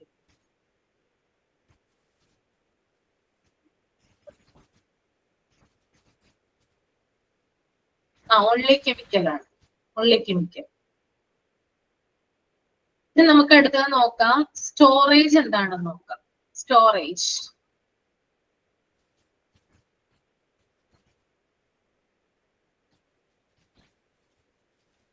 അതായത് മെഡിക്കൽ സപ്ലൈസും അതുപോലെ തന്നെ മെഡിക്കൽ എക്യുപ്മെന്റുകളൊക്കെ സ്റ്റോർ ചെയ്ത് വെക്കുന്ന, അതായത് എമർജൻസി ഡിപ്പാർട്ട്മെന്റിലേക്ക് ആവശ്യമായിട്ടുള്ള മെഡിക്കൽ സപ്ലൈസ്, മെഡിക്കൽ എക്യുപ്മെന്റ്സ് ഇതൊക്കെ സ്റ്റോർ ചെയ്ത് വെക്കുന്ന ഏരിയ ആണ് എന്ത്, ഒരു സ്റ്റോറേജ് എന്ന് പറയുന്നത് കേട്ടോ. Okay, medical supplies and medical equipment store ചെയ്ത് വെക്കുന്ന റൂം അല്ലെങ്കിൽ ഏരിയ ആണ് സ്റ്റോറേജ്.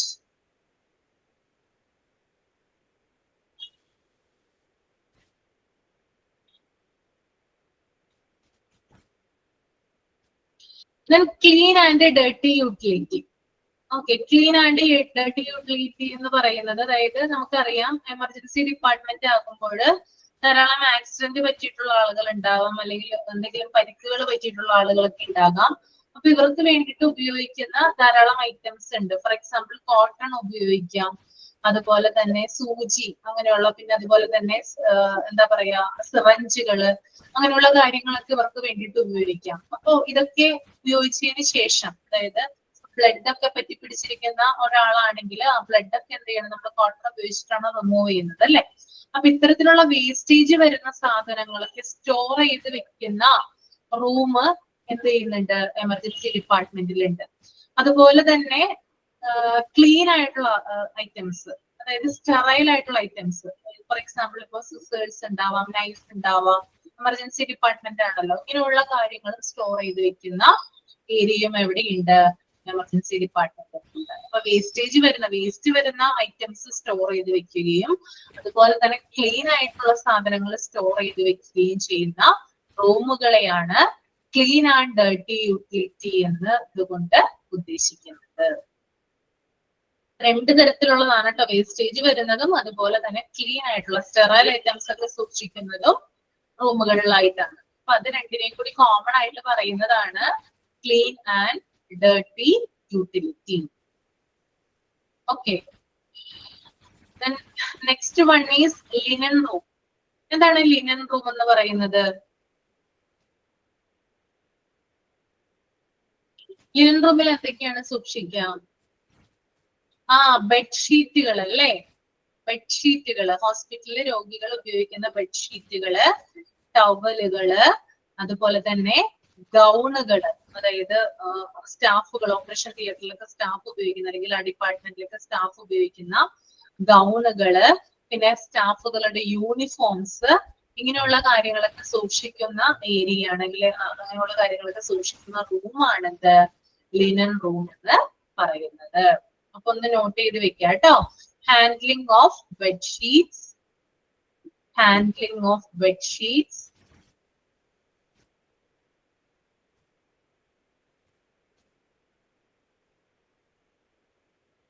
towels,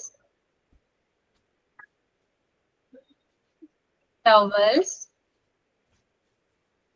gowns,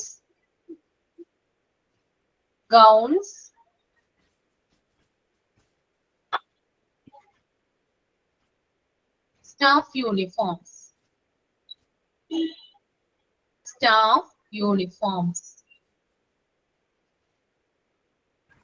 എന്തൊക്കെയാണ്? Handling of bedsheets, towels, gowns, staff uniforms. Okay, അടുത്തത് നമുക്ക് നോക്കാം. Mobile equipment base like trolley, wheel chair etcetera. നമ്മള് എന്താണ് മൂവ് ചെയ്യിപ്പിക്കുന്ന അല്ലെങ്കിൽ ഉന്തിക്കൊണ്ട് പോകുന്ന തരത്തിലുള്ള ചില ട്രോളികൾ ഉണ്ട്, അതുപോലെ വീൽ ചെയറുകൾ ഉണ്ട്. ഇതൊക്കെ സൂക്ഷിക്കാനായിട്ടുള്ള ഒരു ഏരിയ എവിടെ ഉണ്ടാകും? ഈ ഒരു ആക്സിഡന്റ് ആൻഡ് എമർജൻസി ഡിപ്പാർട്ട്മെന്റിൽ ഉണ്ടാകും. Okay, next one mobile x-ray equipment bay. അതുപോലെ തന്നെ മൊബൈൽ എക്സ്റേ ഞാൻ പറഞ്ഞു, പോർട്ടബിൾ ആയിട്ടുള്ള മൂവബിൾ ആയിട്ടുള്ള എക്സ്റേ മെഷീൻ കൊണ്ടുപോകുന്ന തരത്തിലുള്ള ട്രോളികളും മറ്റുമൊക്കെ ഉണ്ട്. അത് സൂക്ഷിക്കുന്ന ഏരിയയും എവിടെ ഉണ്ടാകും? ഈ ഒരു ഡിപ്പാർട്ട്മെന്റിൽ ഉണ്ടാകും. പിന്നെ ക്ലീനേഴ്സ് റൂം ആണ്. ക്ലീനേഴ്സ് റൂം എന്ന് പറഞ്ഞാൽ മാനേജിങ് ക്ലീനിങ് മെറ്റീരിയൽസ്. അതായത് ഞാൻ പറഞ്ഞു, വേസ്റ്റേജ് വരുന്ന സാധനങ്ങളും അതുപോലെ തന്നെ നമ്മൾ എടുക്കാത്ത ഉപയോഗിക്കാത്ത തരത്തിലുള്ള ഐറ്റംസും സെപ്പറേറ്റ് ആയിട്ട് സൂക്ഷിക്കുന്ന റൂമുകൾ എവിടെയുണ്ട്? ആക്സിഡന്റ് ആൻഡ് എമർജൻസി ഡിപ്പാർട്ട്മെന്റിലുണ്ട്. അതുപോലെ ഒരു രോഗിക്ക് ഉപയോഗിച്ചു കഴിഞ്ഞ സാധനം നമ്മൾ എന്തെങ്കിലും ഒരു മെറ്റീരിയൽ ആയിക്കോട്ടെ, നമ്മളൊരു പേഷ്യന്റിന് അത് യൂസ് ചെയ്തതാണെങ്കിൽ അടുത്ത രോഗിക്ക് നമ്മളത് ഉപയോഗിക്കില്ല, അല്ലെങ്കിൽ ഉപയോഗിക്കുന്നതിന് മുമ്പായിട്ട് നന്നായിട്ട് നമ്മൾ എന്ത് ചെയ്യും? അത് ക്ലീൻ ചെയ്യും, സ്റ്റെറൈൽ ചെയ്യും, അല്ലെ? അപ്പൊ അങ്ങനെ ക്ലീൻ ചെയ്യുന്ന സ്ഥലം എവിടെയുണ്ട്? ആക്സിഡന്റ് ആൻഡ് എമർജൻസി ഡിപ്പാർട്ട്മെന്റിലുണ്ട്. അതിനെയാണ് പറയുന്നത് ക്ലീനേഴ്സ് റൂം. ഓക്കെ, അപ്പോ ഇത്തരത്തിലുള്ള കാര്യങ്ങൾ, അതായത് സിസേഴ്സ് ആയിക്കോട്ടെ, നൈഫ് ആയിക്കോട്ടെ, ഇത്തരത്തിലുള്ള കാര്യങ്ങൾ എന്ത് ചെയ്യണം? നമ്മള് സ്റ്റെറൈൽ ചെയ്യണം, നന്നായിട്ട് അണുവിമുക്തമാക്കണം, അല്ലെ? അപ്പോ അതിനെ നമ്മൾ എന്ത് ചെയ്യണം? അതിന് വേണ്ടിയിട്ട് ഉപയോഗിക്കുന്ന ഒരു റൂമാണെന്ത്? ഈ ഒരു ക്ലീനേഴ്സ് റൂം എന്ന് പറയുന്നത്. ഓക്കെ, ക്ലിയർ ആണോ?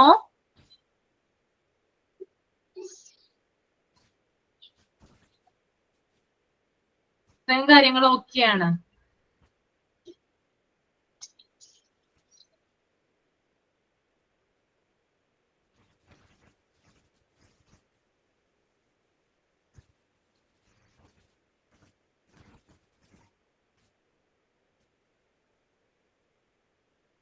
നമുക്ക് അടുത്തത് ട്രയേജ് എന്താണെന്ന് നോക്കാം കേട്ടോ. എന്താണ് ട്രയേജ് എന്ന് ഞാൻ പറഞ്ഞു തരാന്ന് പറഞ്ഞിട്ടുണ്ടായിരുന്നു. പേഷ്യന്റ് ഫ്ലോയിലാണ് വരുന്നത് കേട്ടോ triage. All patients should be triaged through a single point. Aim of triage is to sort patients for providing optimum care consistent with their medical need and ensuring efficient utilization of available resources. Triage എന്ന് പറഞ്ഞാല് പേഷ്യൻസിനെ sort ചെയ്യുക എന്നാണ് അർത്ഥം, തരംതിരിക്കുക. രോഗികളെ അവരുടെ medical നീഡ്സിനനുസരിച്ച് optimal care നൽകുന്നതിനും ആശുപത്രിയിലെ സൗകര്യങ്ങൾ രോഗിക്ക് വേണ്ടി ഉറപ്പാക്കുന്നതിനും രോഗിയെ ക്രമീകരിക്കുക എന്നതാണ് ട്രയാജിന്റെ ലക്ഷ്യം. അതായത് ഒരു രോഗി വരുമ്പോൾ അവരുടെ മെഡിക്കൽ നീഡ്സ്, അവരുടെ കണ്ടീഷൻ അനുസരിച്ച് അവരെ സോർട്ട് ചെയ്യണം. അതായത് ഒരു ആശുപത്രി ആകുമ്പോൾ പലതരത്തിലുള്ള രോഗികൾ വരും, അല്ലെ? അങ്ങനെ പലതരത്തിലുള്ള രോഗികൾ വരുമ്പോൾ തിരിച്ചറിയേണ്ടതുണ്ട് ആർക്കാണ് ആദ്യം മുൻഗണന കൊടുക്കേണ്ടത്. ഓക്കെ, ഞാനൊരു കാര്യം ചോദിക്കട്ടെ നിങ്ങളോട്. ഒരു പേഷ്യന്റ് ഹാർട്ട് അറ്റാക്കുമായിട്ട് വന്നെന്ന് വിചാരിക്കാം, ഒരു പേഷ്യന്റ് വയറുവേദനയായിട്ട് വന്നെന്ന് വിചാരിക്കാം. ആർക്കാണ് പ്രയോറിറ്റി കൊടുക്കുക? ആർക്കാ പ്രയോറിറ്റി കൊടുക്കുക? ഹാർട്ട് അറ്റാക്ക് വന്ന രോഗിക്കാണ് പ്രയോറിറ്റി കൊടുക്കുക, അല്ലെ? കാരണം അദ്ദേഹത്തിനാണ് എത്രയും പെട്ടെന്ന് അടിയന്തരമായിട്ടുള്ള കെയർ നമ്മൾ കൊടുക്കേണ്ടത്, അല്ലെ? അപ്പൊ അങ്ങനെ കൊടുക്കുമ്പോൾ, അങ്ങനെ കൊടുക്കുന്ന അല്ലെങ്കിൽ പേഷ്യൻസിനെ അത്തരത്തില് സോർട്ട് ചെയ്യുന്ന, അതായത് അത്തരത്തിലുള്ള പേഷ്യൻസിന്റെ, അതായത് ഇത്തരത്തില് എന്താ പറയാ ജീവനുമായി മല്ലിടുന്ന ധാരാളം പേഷ്യൻസ് എവിടെ വരാം? ആശുപത്രിയിൽ വരാം. അവരോട് കൂടി തന്നെ മൈനർ ആയിട്ടുള്ള ഇഞ്ചുറീസും മൈൽഡ് ആയിട്ടുള്ള രോഗങ്ങളുമായിട്ട് വരുന്ന പേഷ്യൻസും എവിടെ വരാം? ആശുപത്രിയിൽ വരാം. അപ്പൊ അത്തരത്തിൽ നിന്ന് പേഷ്യൻസിനെ അരിച്ചെടുക്കുന്ന അല്ലെങ്കിൽ ജീവന് ഭീഷണിയായിട്ട് നിൽക്കുന്ന അവസ്ഥയിൽ നിന്നും രോഗികളെ രക്ഷിക്കുന്നതിന് വേണ്ടിയിട്ട് രോഗികളെ സോർട്ട് ചെയ്യുന്ന ഒരു പ്രോസസ് ആണെന്ത്? ട്രയേജ് എന്ന് പറയുന്നത്. ക്ലിയർ ആണോ? ഓക്കെ ആണോ? ഓക്കെ ആണ്. ഓക്കെ ഓക്കെ ആണ്. ഓക്കെ. അപ്പൊ ഈ ട്രയേജ് എന്ന് പറയുന്നത് first step in patient flow, അതായത് പേഷ്യന്റ് ഫ്ലോയിൽ ഒരു ഫസ്റ്റ് സ്റ്റെപ്പ് ആണ് എന്ത് ട്രയേജ് എന്ന് പറയുന്നത്. ട്രയേജ് അനുസരിച്ചിട്ടാണ് എന്ത് ചെയ്യുക, പേഷ്യന്റിനെ സോർട്ട് ചെയ്യുക കേട്ടോ. ഓക്കെ. പിന്നെ കുറച്ച് കാര്യങ്ങൾ കൂടി പറയാനുണ്ട് എന്താണെന്ന്, അത് നമുക്ക് നെക്സ്റ്റ് ക്ലാസ്സിൽ ഞാൻ എക്സ്പ്ലെയിൻ ചെയ്തുതരാം. അപ്പൊ നമുക്ക് സമയം ഉണ്ടാവില്ല, അത് പറഞ്ഞു കഴിഞ്ഞാൽ തീരില്ല. ഓക്കെ. അപ്പൊ ഇത്രയും വരെ ഡീകണ്ടാമിനേഷൻ ഞാൻ മൈക്ക് ഓൺ ചെയ്യാം. എന്തെങ്കിലും സംശയങ്ങൾ ഉണ്ടെങ്കിൽ ചോദിച്ചോളൂ കേട്ടോ.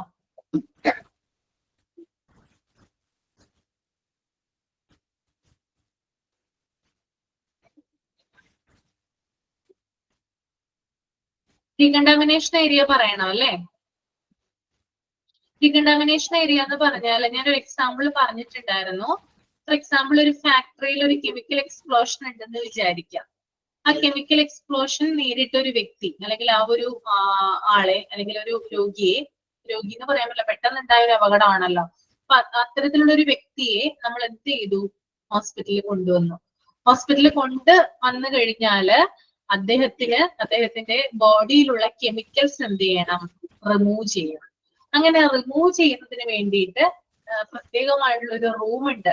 അതിനെയാണ് ഡീകണ്ടാമിനേഷൻ ഏരിയ എന്ന് പറയുന്നത്. ഓക്കെ, മനസ്സിലായോ?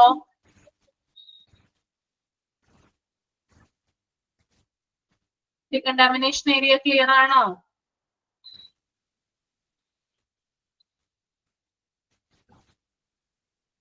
ചോദിച്ച ആൾക്ക് ക്ലിയർ ആണോ? ആണ്.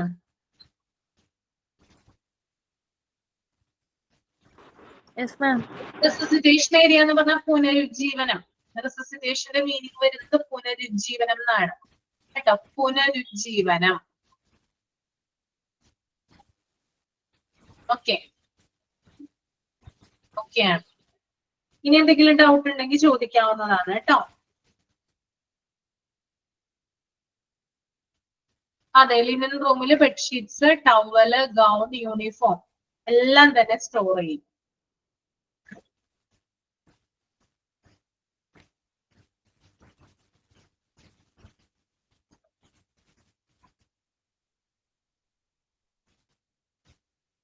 ഡൗട്ടൊന്നുമില്ല. രണ്ട് തരത്തിലുള്ള ആളുകൾക്കാണ് ഡൗട്ട് ഉണ്ടാവാത്തത്. ആർക്കൊക്കെയാണെന്ന് പറയാമോ നിങ്ങൾക്ക്? രണ്ട് ടൈപ്പ് ആളുകൾക്ക് ഡൗട്ട് ഉണ്ടാവില്ല. ആരൊക്കെയാ അവര്?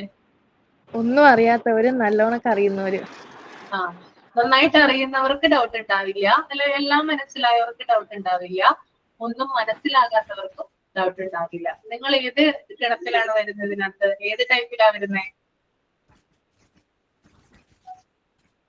ഏതിലാ വരുന്നേ? എല്ലാം മനസ്സിലായോ അല്ലെങ്കിൽ ഒന്നും മനസ്സിലായില്ലേ? പറയൂ, മിണ്ടാതിരിക്കില്ല. ഞാൻ മൈക്കോൺ ചെയ്ത് വെച്ചേക്കല്ലേ. ഏത് ഗണത്തിലാ വരുന്നേ? എല്ലാം മനസ്സിലായി. ക്ലിയർ ആയിട്ടുണ്ട് മാം. എല്ലാം ക്ലിയർ ആയിട്ടുണ്ട്. മനസ്സിലായല്ലേ? ഞാൻ എല്ലാ ക്ലാസ്സിലും പറയുന്ന ഒരു ഇതാണിത്, കാറ്റഗറി. രണ്ട് ടൈപ്പ് കാറ്റഗറി ഉണ്ട്. നിങ്ങൾക്ക് മനസ്സിലായോ എന്ന് അറിയാൻ വേണ്ടിയിട്ടാണ് അങ്ങനെ ചോദിച്ചത്. Okay okay. അപ്പൊ നമുക്ക് ഇതിന്റെ ബാക്കി നമുക്ക് അടുത്ത ക്ലാസ്സിൽ നെക്സ്റ്റ് മൺഡേ കണ്ടിന്യൂ ചെയ്യാം. ഓക്കെ. അപ്പൊ thank you so much. Thank you. Thank you ma'am.